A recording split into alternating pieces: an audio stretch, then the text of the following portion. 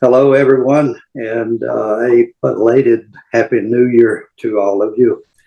I am Charlie Revis, President of Dysphonia International, and welcome to all of you to our first webinar series in this new year. And it is titled The ADA and Workforce Accommodations for Employees with Voice Disorders. Just a couple of quick reminders. The webinar is being recorded and will be available on our YouTube channel and our website, dysphonia.org. And we encourage your questions, and you can submit them by typing in the Q&A box. And again, I would ask you, please submit your questions in the Q&A box, not in the chat box. We will answer as many questions as time permits during this broadcast. However, I want to assure you that all the questions will be answered. Teresa has agreed to answer any additional questions, and they will be included then as part of the webinar, again, on our YouTube channel and our website, dysphonia.org. I'm extremely pleased to introduce our guest speaker, Teresa Goddard. Teresa joined the Job Accommodations Network, JAN, staff as a program assistant, and a short time later, she moved to what was called the JAN Motor Team as a consultant. And she then transferred to JAN's Sensory Team, and is currently a lead consultant on that particular team. And in this role, she works with employees and employers regarding rights and responsibilities under the Americans with Disabilities Act, the ADA. Teresa's professional experience includes work as an educational speech-language pathologist, and very interesting role that she plays as an English foreign language instructor in Japan. And Teresa earned her Bachelor of Science and her master's degrees in speech pathology from West Virginia University.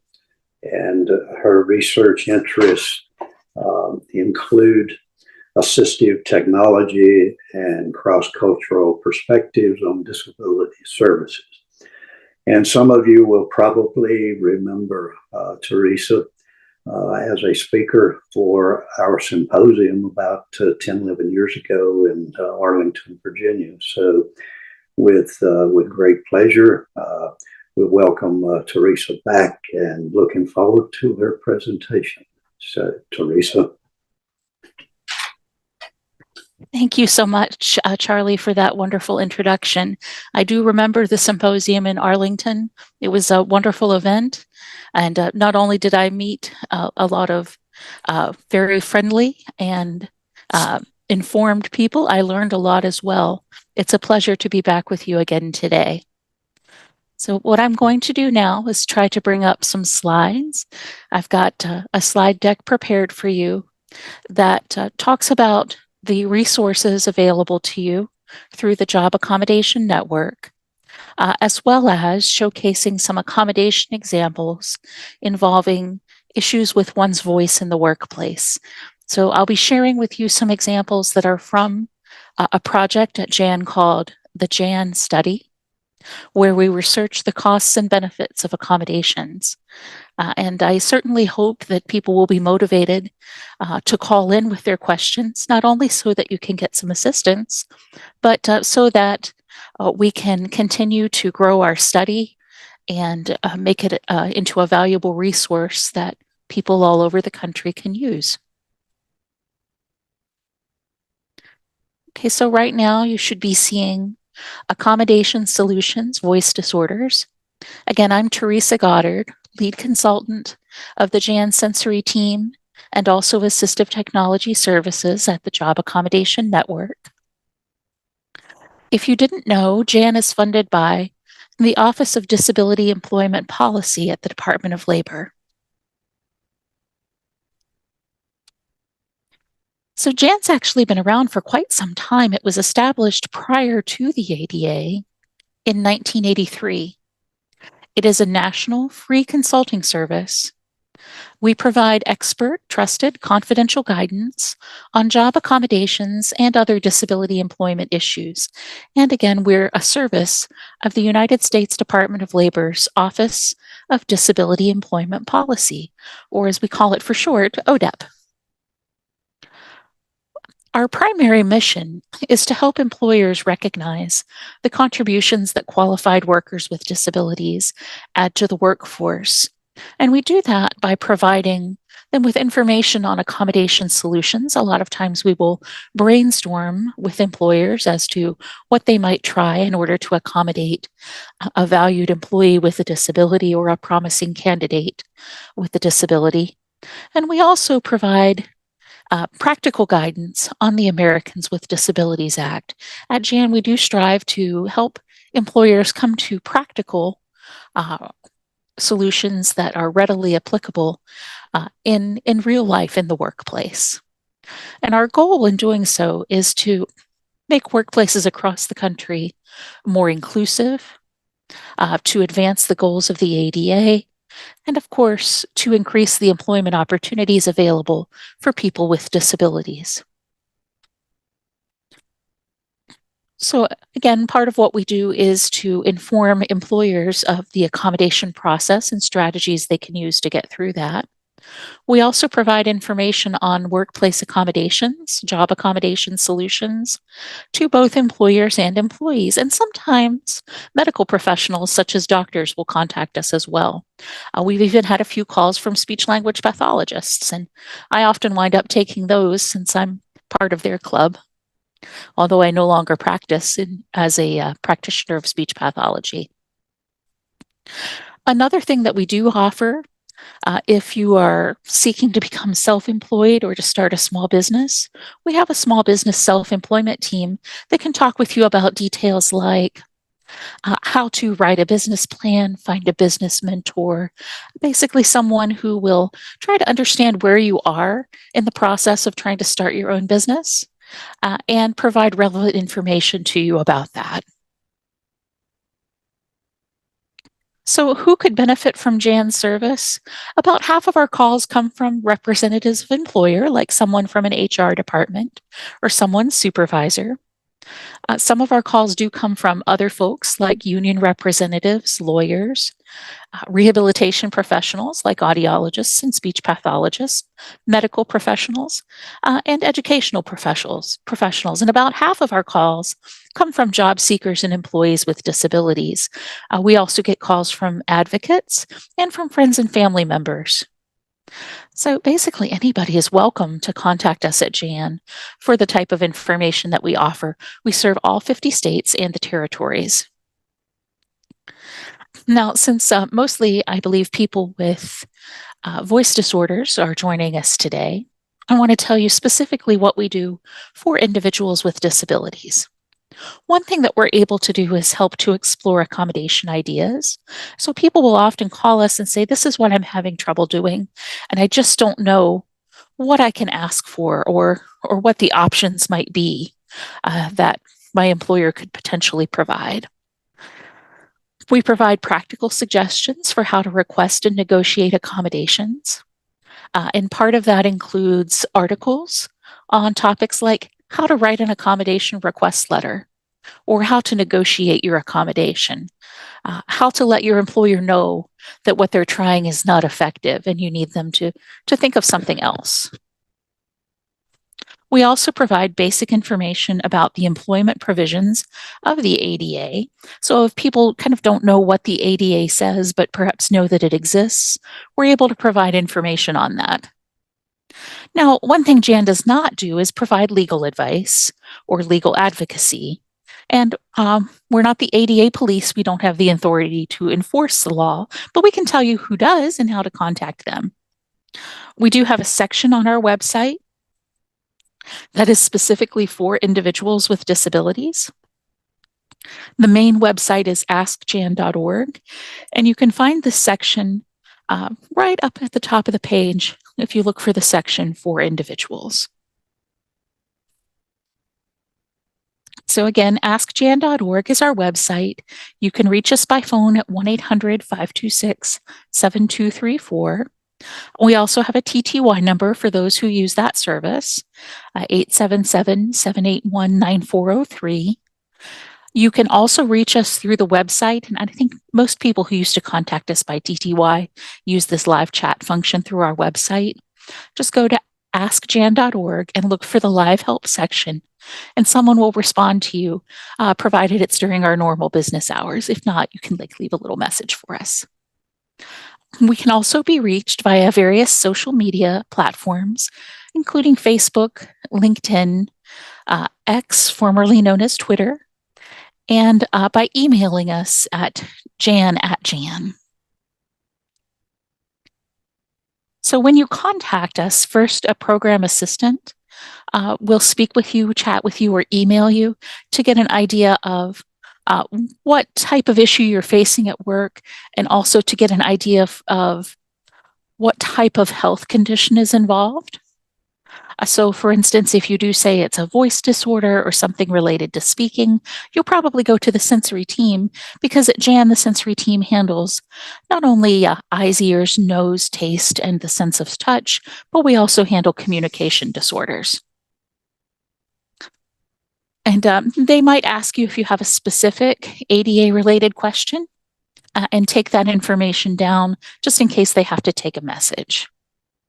Then when you get to the JAN consultant, they will respond by email, or you might be able to get on a chat or a phone call with them, and they'll talk with you in detail about the accommodation process, how it works, strategies to get to the next step if you happen to be stuck somewhere, like if your employer is rejecting your doctor's note, what are some things that you can do? They'll talk with you about accommodation solutions if that's relevant, and also give you that good practical guidance on the ADA so you can understand what the law says and what the place that enforces the law, the EEOC, says. And then you can apply that information to your situation in whatever way seems best to you. So here's a screenshot of our website, and you can see the section for individuals is sort of on the left-hand side toward the top of the page. We also have a section for employers, and if you feel it's appropriate, you can certainly refer your employer to us. We do have to keep all calls confidential, so we can't, for instance, confirm or deny that you've ever contacted us. The A to Z section is another good place to stop if you have questions about medical documentation or any type of specific disability and you're looking for accommodation ideas. You can check our A to Z section.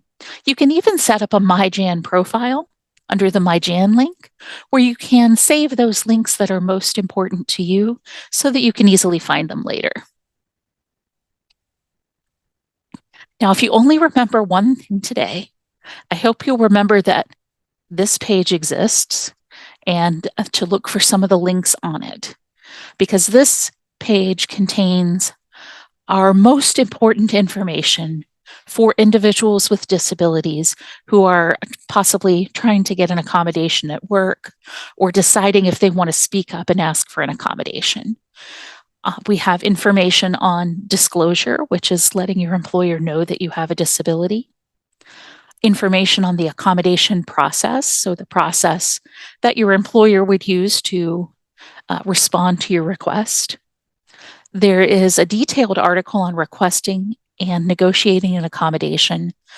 But my favorite thing on this whole page is how to request an accommodation form letter, because it has a very simple outline of what you want to put in a letter if you're asking your employer to provide something, whether that's a modified schedule or a piece of equipment or some time off for treatment.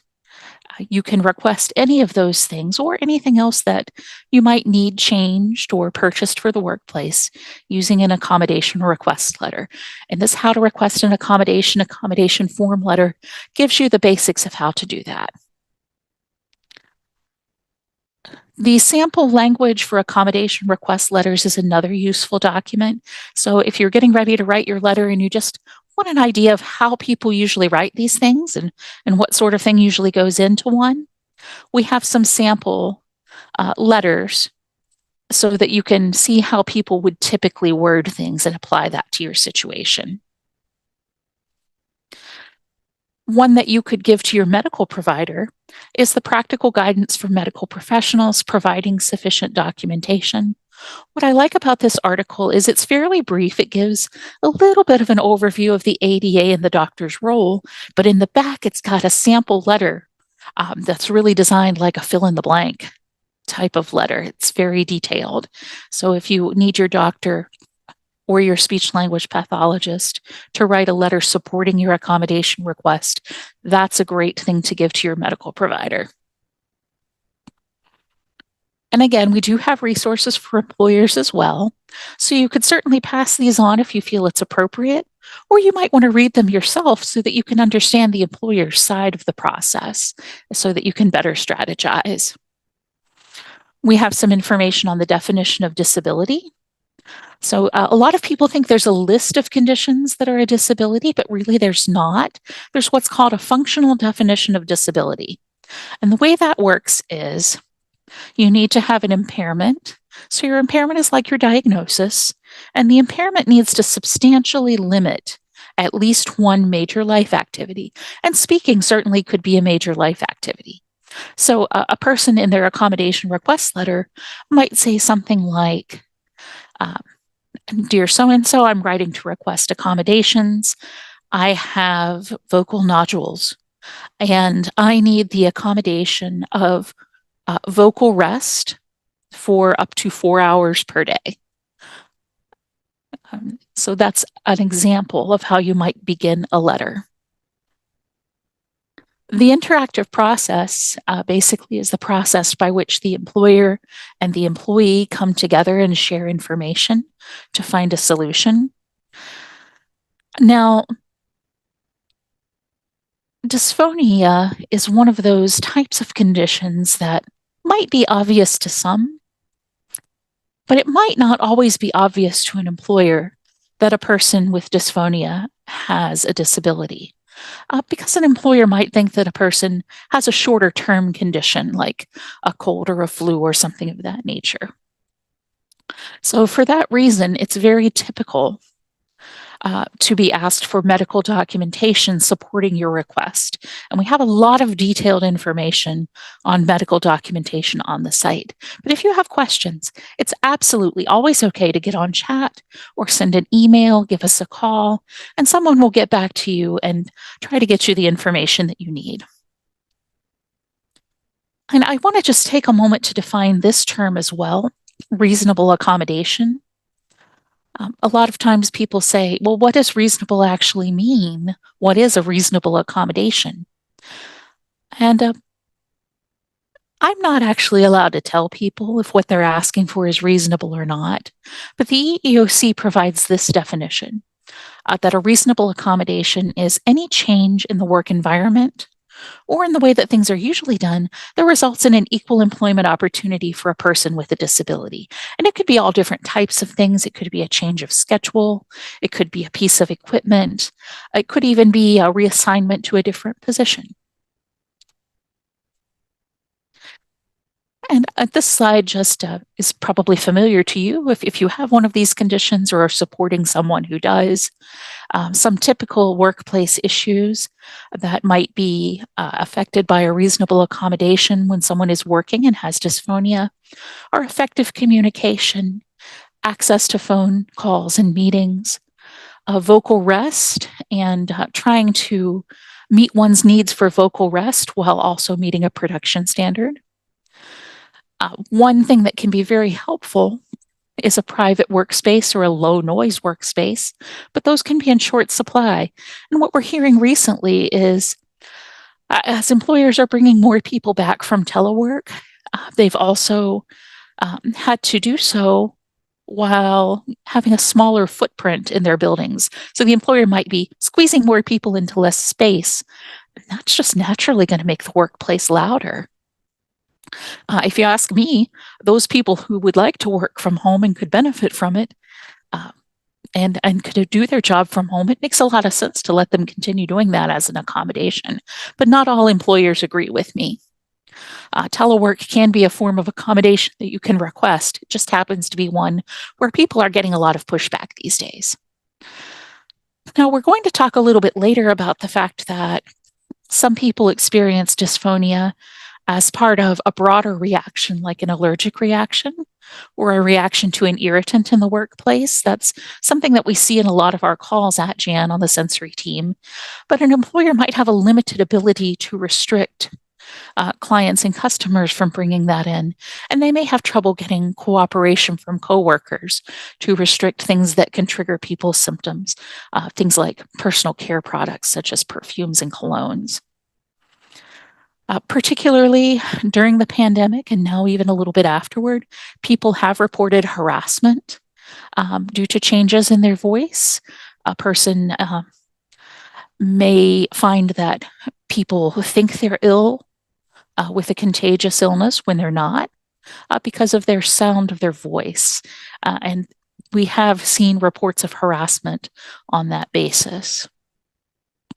There could even be safety concerns that an employer might bring up, like how will a person call for help in an emergency if they have trouble being heard or understood. So these are just some things that can come up. And of course, I'm very excited to learn that this organization has expanded its mission and is now serving people with many different types of dysphonia. These are just some examples of types and causes of voice disorders that we tend to get a lot of calls on at Jan. Of course, there's spasmodic dysphonia, but a lot of our calls involve vocal nodules or polyps. We do get some calls with neurological causes for a voice disorder, things like Parkinson's disease or stroke. Reflux can cause some voice issues as well if the vocal folds become irritated. Of course, cancer is one potential cause. Allergy and irritant-induced voice changes are something that we see spikes in seasonally in terms of our requests. We get relatively few inquiries about psychogenic voice disorders, but we do get a few. Some commonly used equipment and technology. I know it's not perfect because amplifying a voice with something like the voice magnifier, which is shown on this screen, doesn't really change vocal quality. So it won't change how hoarse a person sounds or things like vocal tremor. But it can make someone a bit louder. And if someone needs to control their voice volume to manage their condition, as you might when using a soft glottal attack or when controlling your voice volume to manage vocal polyps or vocal nodules, then something like amplification equipment could potentially be helpful.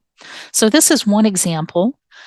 This is the voice magnifier made by Hearsay Corp and most commonly distributed by another third-party vendor called Diglo, D-I-G-L-O. That's just an example of a place that sells this type of product. If you go to the Jan website, you'll find examples of other products and vendors for voice amplification. Some like this one that are specifically designed for phone use, and other related products. For example, soundproof panels. So a typical accommodation for someone who might have some concerns about face-to-face communication or small group communication would be for the employer to provide or allow use of a portable voice amplifier, reduce the background noise in the room, maybe by installing some panels, being prepared to use an alternate means of communication if necessary. It's not very common for this to be the chosen accommodation, but I did want to mention it because it comes up on occasion. And also, for someone particularly who's using vocal rest, it might be very important to allow use of text-based communication, such as chat and email, when face-to-face communication is not essential. And some of these also apply during meetings. A portable voice amplifier or something more powerful, like a PA system, could be helpful for a larger meeting. And changing the meeting etiquette so only one person speaks at a time is a very valuable strategy. Another thing that meeting leaders can do is use things like polls in a Zoom meeting or a show of hands, which doesn't require speaking to respond. By telephone, use of a voice amplification device can be very helpful, as well as use of assistive technology to reduce the amount of time you need to spend using your voice. So some things that you say a lot could potentially be pre-recorded or programmed into a device, for instance. If someone is having a great deal of difficulty being understood on the phone, the speech-to-speech relay service is available. But simple things like just moving your workstation away from background noise can also help quite a bit. And some accommodations that could be useful to manage a condition are a plan of action. If in case something should happen at work, like an exacerbation of a respiratory condition or an allergic reaction, time off for treatment and recovery, modified schedules for those who need to reduce the amount of time they spend speaking. Job restructuring can also be used for that. Maybe some job tasks could be changed in terms of the way you perform them, or some could be removed or reallocated to someone else. And a lot of people do report to us that as they get tired or during the day, it becomes more difficult to manage their symptoms. So overall accommodations to reduce fatigue may be helpful with that.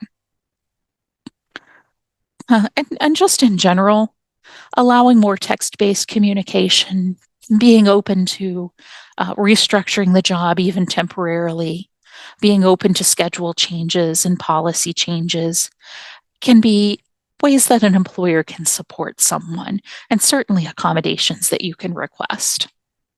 So I want to just move into the example section. I'm going to talk with you about some examples based on real JAN calls and that have some data from the JAN study. So this one may be familiar. We've actually had this one for a while as part of our data set. A professor with a history of vocal nodules was having difficulty talking loud enough for students to hear him. His teaching style was to move around the classroom while he lectured. So he did not want to stand at a podium with a microphone. And he also wanted to be able to project his voice when meeting with students in the office and when attending faculty meetings. So the employer purchased a portable voice amplifier. We have one pictured here. This one is the Chattervox, but there are other brands. And it's not too expensive as these things go. It's a very durable product, and the price does reflect that. In this case, the accommodation cost about $150, and the benefit which was reported was that it improved the employee's job performance and made it easier for others to work with him. So that's an example of the type of data that we collect through the JAN study. People have the opportunity to tell us the cost if they know it, and also what benefits occurred in the workplace as a result of implementing an accommodation. Here's another. A service technician had to troubleshoot over the phone, sometimes with customers, and was having difficulty speaking on the phone. So in this case, the person was eligible for some treatment to improve their condition, and the employer restructured the job, removing him from troubleshooting over the phone during that period where he was undergoing treatment. There was no cost to the employer, at least they didn't report a cost, and they were able to retain the employee.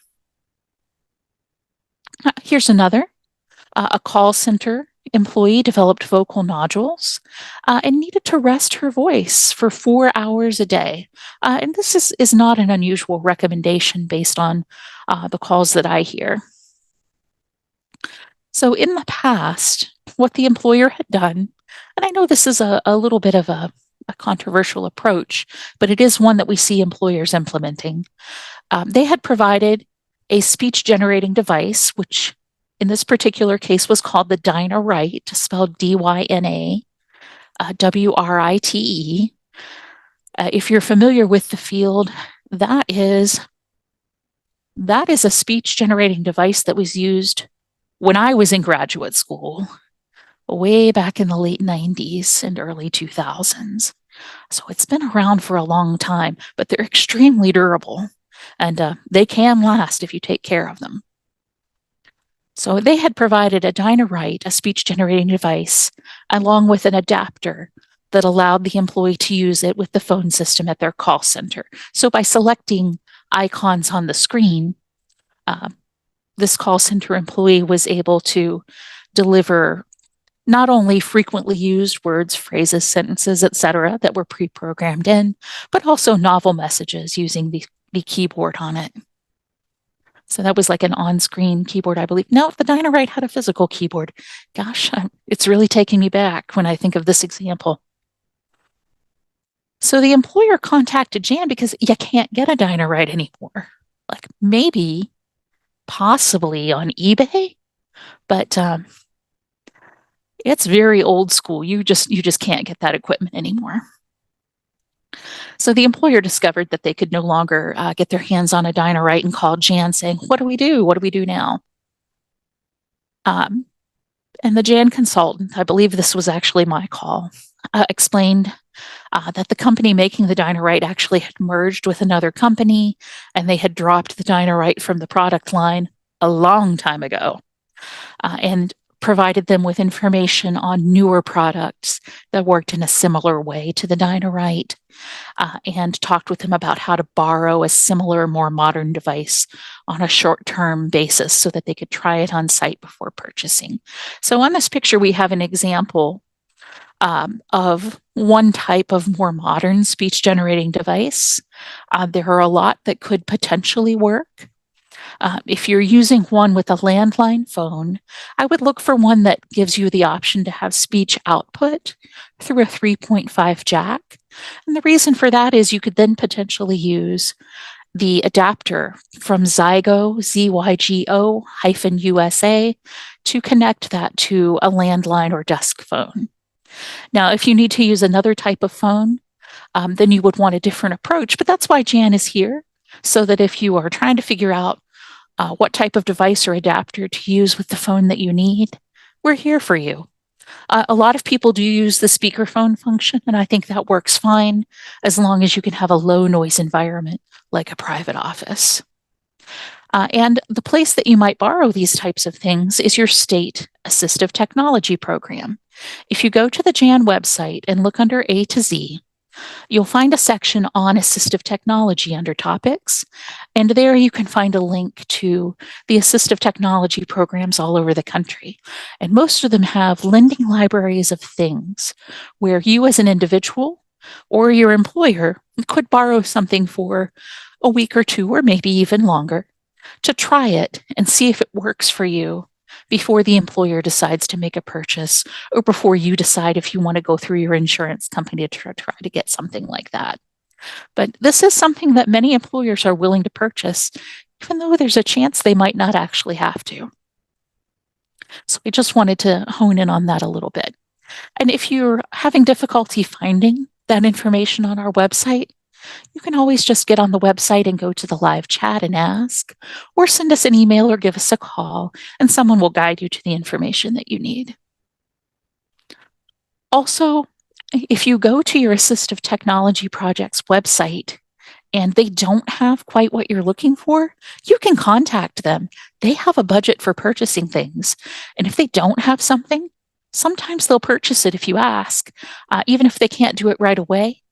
They usually will try to work it in as soon as their budget allows. And they also might know of something similar in their lending library. So even if they don't have exactly what you're looking for, they might have something close. So in this case, we do have a reported outcome. The employer didn't report a cost. We don't know if that means there was no cost because the person used their own personal device, or nothing was purchased, but the benefit that the employer reported was finding a potential accommodation solution. I want to take a moment to talk about long COVID. We are recently getting lots of calls about long COVID at the Job Accommodation Network. One limitation that commonly comes with that is difficulty breathing or shortness of breath, fatigue, cough, and other respiratory impairments. And when people are experiencing shortness of breath, it's not unusual for them to also experience voice symptoms. And so I just wanted to take a moment to highlight that. And again, seasonally, usually in spring and then later in the year as we get into ragweed season, we do get a lot of calls about allergies and calls from people who experience vocal fold dysfunction when they're exposed to their allergen, or if they have allergenic asthma. When they're exposed to those triggers, they experience asthma type symptoms that then affect their voice. So this is something that we do get some calls at Jan, and I myself have experienced problems with this. I use assistive technology myself. I use a voice recognition program, and I've had to create a separate profile for myself to use in spring when pollen is affecting me the most, because my voice recognition software doesn't understand me as well when I have my spring voice. So I wanted to just take a quick moment before we get into the questions to talk a little bit about some allergy-related accommodations. A supply technician in the federal government had been working in a warehouse for about 10 years, and they developed allergies to dust and mold and could no longer work in that warehouse. They asked the employer to reassign their warehouse duties to another employee so that they could do some more office-related tasks. But the employer said, that's going to require removing essential functions from your job. Now, that's something an employer can do if they really want to, but they're not required to do that. And because it's not required, it's not something that we typically see employers doing. And the employer also said, there's no other available employee who could take on your duties in the warehouse. So we're not willing to restructure the job in this exact way.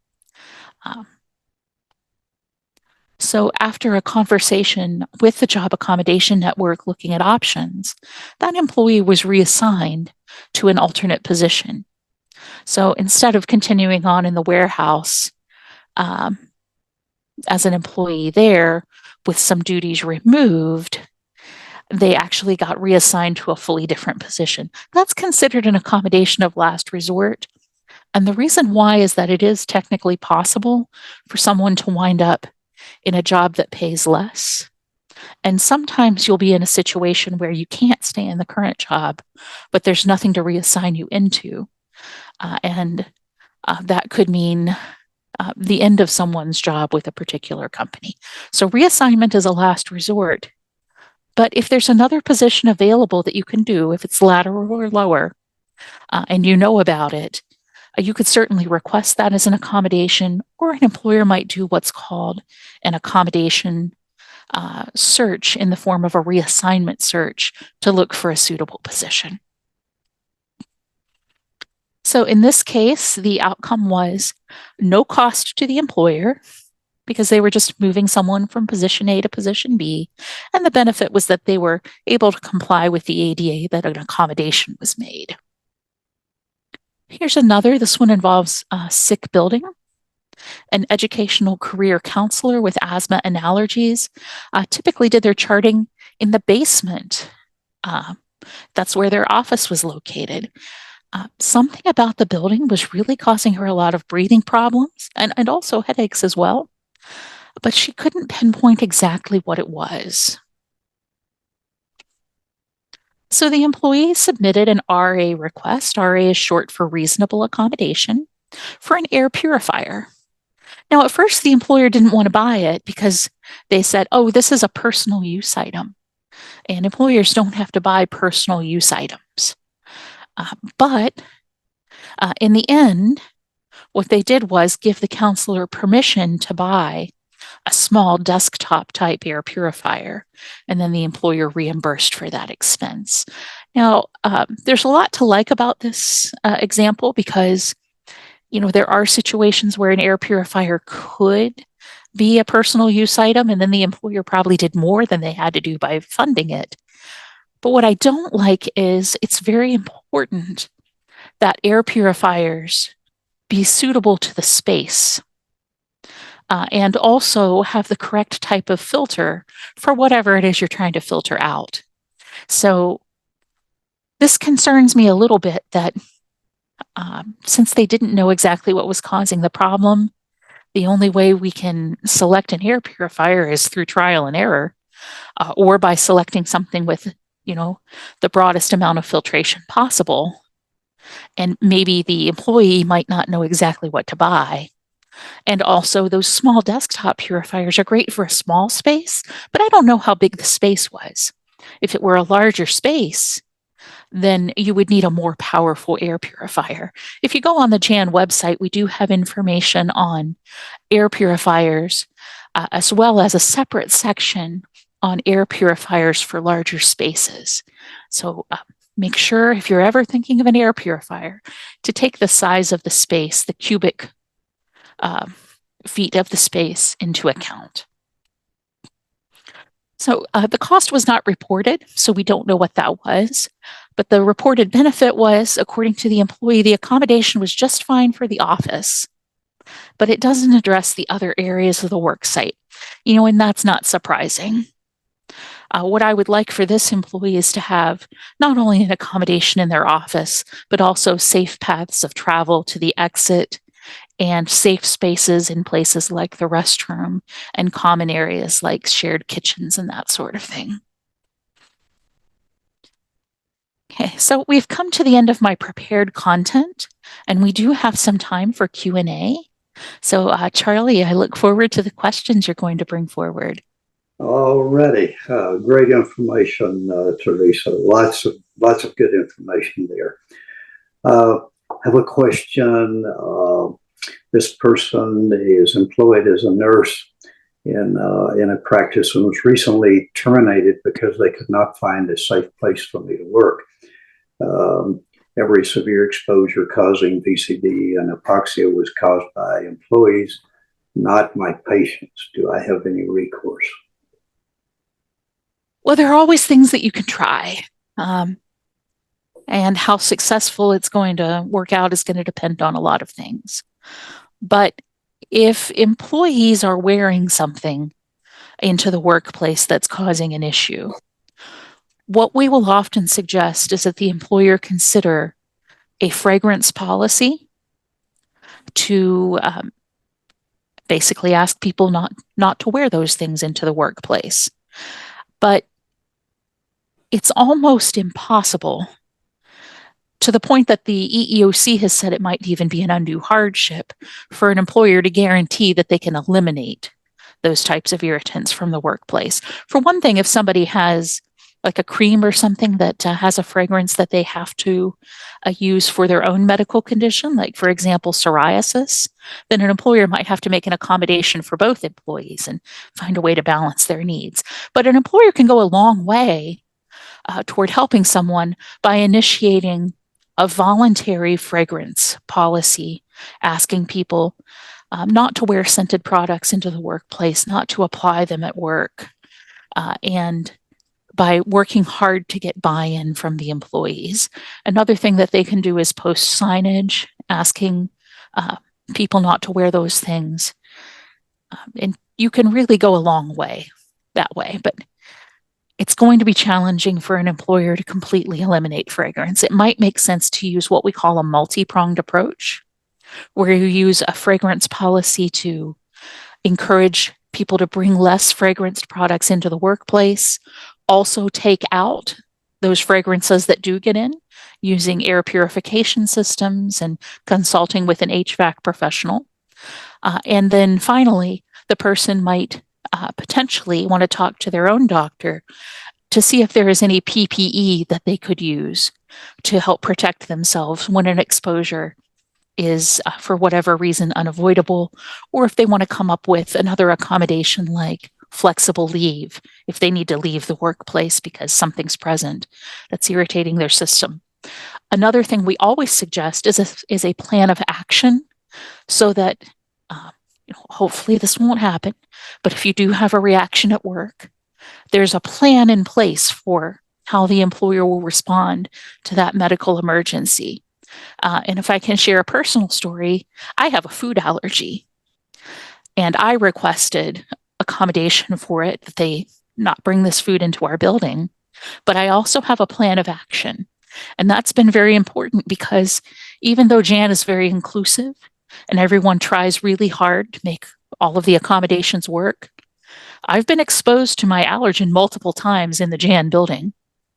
And it's very fortunate that I had that plan of action in place, because I was able to get medical care and take my rescue medications immediately. So if you're facing that issue, I strongly encourage a plan of action. I hope that helps. Excellent, Teresa. I just a little bit of follow-up to that.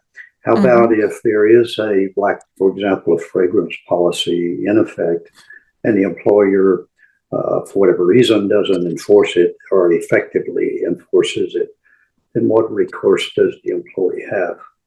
The employee could, of course, always contact the EOC to file a complaint if they believe their rights are being violated.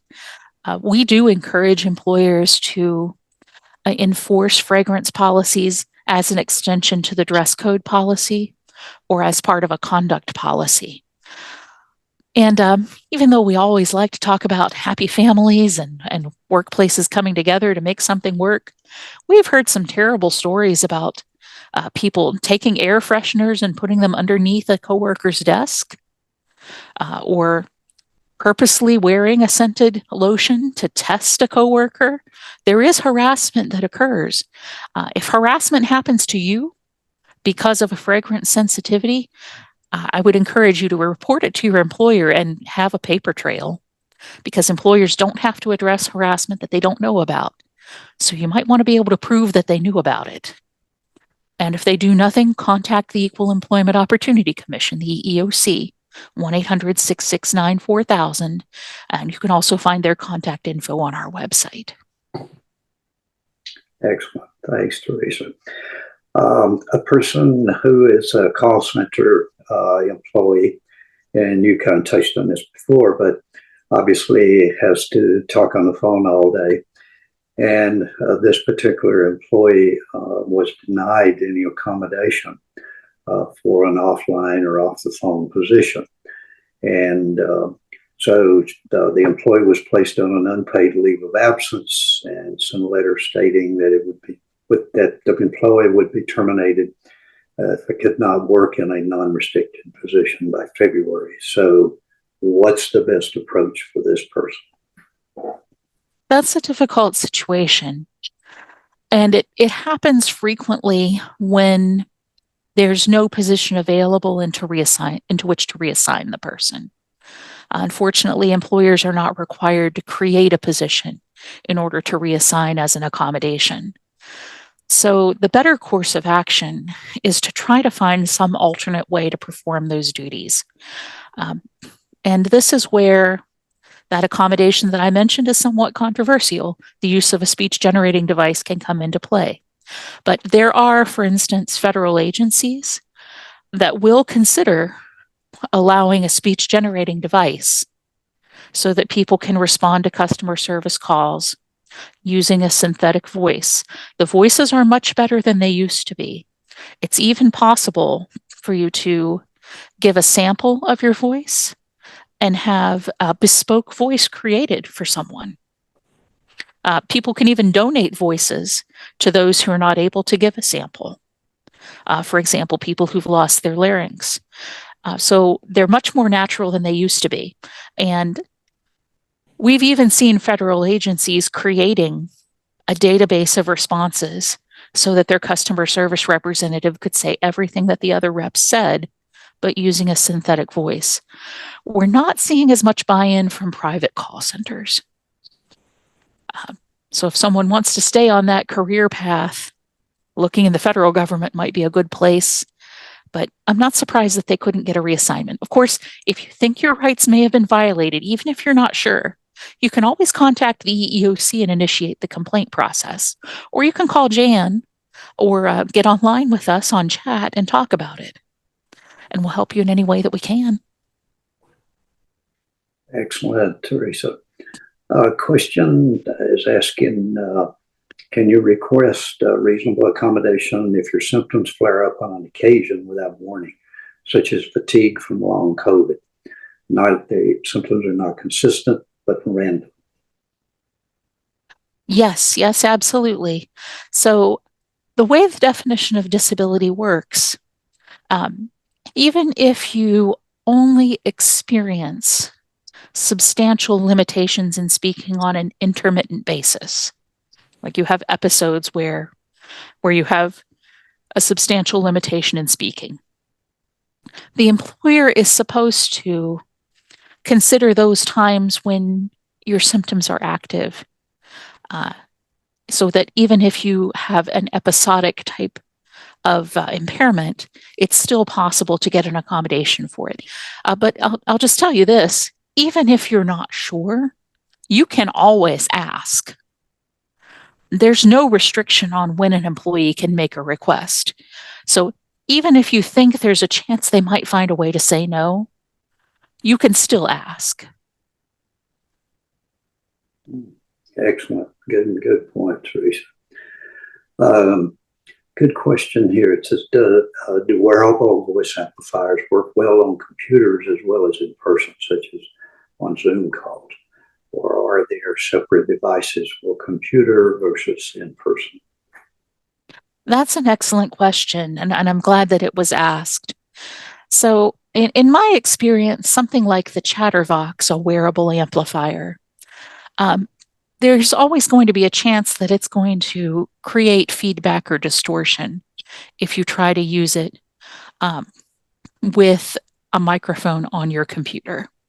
Because, the louder you make something, the more chance that it will cause feedback if you play it loud next to another microphone. So it might make more sense to use a good, high-quality noise-canceling microphone, and then use the audio controls on your computer to make adjustments for how loudly it's going to pick you up. Now, there are a few things that you can do. There are other devices that you can use to boost your microphone a little bit as it goes into the computer, kind of like a musician might use for a performance. And some people have used things like the voice magnifier to connect to a computer. So you can do that. But rather than use a wearable, I would probably find a different way to get that sound into the computer. A lot of people do like the Bluetooth type microphones. Those can be very helpful, but make sure whatever you're using is high quality, and then use your computer controls to adjust your sound. And if it doesn't work, you can call and yell at me and I'll think of something else. Excellent, Teresa. Good response. Here's a very interesting question from a person outside the U.S. and they are in Canada. And the question is, would your Jan website be useful for someone in Canada or any other country? Oh, great question. I'm so glad. Thank you for asking. Actually, we used to have a partnership with Canada to answer their accommodation questions as well. We couldn't really give the legal information like we do for the US, because we don't give technical assistance on other countries' laws. But many people do contact us from outside the US, specifically for accommodation ideas or for information on different types of assistive technologies. So absolutely anybody is welcome to use our service. The only real limit is if you contact us by phone, I'm not allowed to call other countries. I'll have to email you. But if you call in and get through, I'm happy to speak. But we do continue to have a lot of consumers from Canada because of that prior relationship. Okay, excellent. I think this person is just looking for a clarification on what you had talked about earlier, but that they're really not sure if you work directly with employers and to help find a reasonable accommodation. Maybe if I explain our service a little bit. So the Jan service model is that we provide accommodation consultation and what's called technical assistance on the ADA, which is basically information about it, answering questions about it. And we do that by phone, by email, by live chat on our website, and also through social media channels. But we do that with literally anybody who contacts us, to be honest with you. So an employee could call or send in a question in another way, or an employer could. And about half of our calls come from individuals with disabilities themselves, or those who are supporting them, like a friend or family member or advocate. And then about half of our calls, maybe a little bit more than half, come from employers, uh, maybe doctors who are trying to respond to a medical inquiry, or union representatives. Sometimes we do get a smattering of calls from legal representatives, usually legal representatives for an employer as well. So we work with both sides, rarely at the same time. But we have had a few cases recently where we were able to arrange for a Zoom call to which the employer then invited the employee so that we could have a conversation with both of them at the same time and be there to support the accommodation. And that's a really nice approach that I would like us to do more of. Yeah, I would think that would be very useful in some cases, obviously, not in all, Of but course. excellent service that Jen provides for sure. I'm just curious, Teresa, as you talked about some of the assistive technologies, are you starting to see, first of all, are you getting some questions around the use of AI? And are you starting to see some companies that are realistically using AI to help in some of the assistive technology? And I'm really not talking about the chat GPT, but really assistive technologies for people. You know, it's interesting you would bring that up because I actually had 2 meetings about AI just this morning. Ah, So it's definitely a hot topic. Uh, what a lot of people don't realize is the kind of algorithms that are used in AI have been built into several different types of assistive technology for years now. So there's AI built into uh, things that don't have it in the name and things that do. So to give you an example, Microsoft has a product for folks with vision impairment called Seeing AI, and it will read text out loud. And it was the first product of its kind to be able to read handwriting out loud, which is very exciting for that community. But voice recognition software has some AI components built into it. Employers are using AI as part of their hiring process now, which personally I think is a little bit scary. That has the potential for some issues, right? And people are even using ChatGTP as an accommodation in some cases if they are feeling anxiety at work and want to be able to talk to somebody but nobody's available. right. They'll just chat with the chatbot, which has caused some security issues for some employers. So AI accommodations are already upon us. And I think it's going to be really interesting to see how it affects the community of people with dysphonia, because there used to be a product, a really neat product that did actually change someone's vocal quality sort of on the fly. It was a wearable, but it went off the market. I'm kind of wondering if AI might spur the development of new products of that type. That's what I'm hopeful for. Wow, yeah, that would be interesting. And just for our community and people on the webinar, a quick comment. We, as an organization, Dysphonia International, are actually funding a research project by a team who's looking at current technology of automatic speech recognition systems. And what their approach is with the study is to really work with people with dysphonia and capture those acoustic and aerodynamic parameters of people with dysphonia that should be then built into ASR systems. So it's exciting work, and so we're excited to help fund that and be a part of it. But as you said, AI is here, and it's moving rapidly in many directions. Absolutely. Oh, what exciting research to be involved in. I hope your organization will let me know how that research goes. We will be happy to. Oh, thank you. Okay. I think there may be a couple of other questions there that we didn't get to, Teresa, but we'll circle back with you and get your input in response to those. But I just want to thank you for taking your time today and joining us on the webinar. Excellent information that you shared.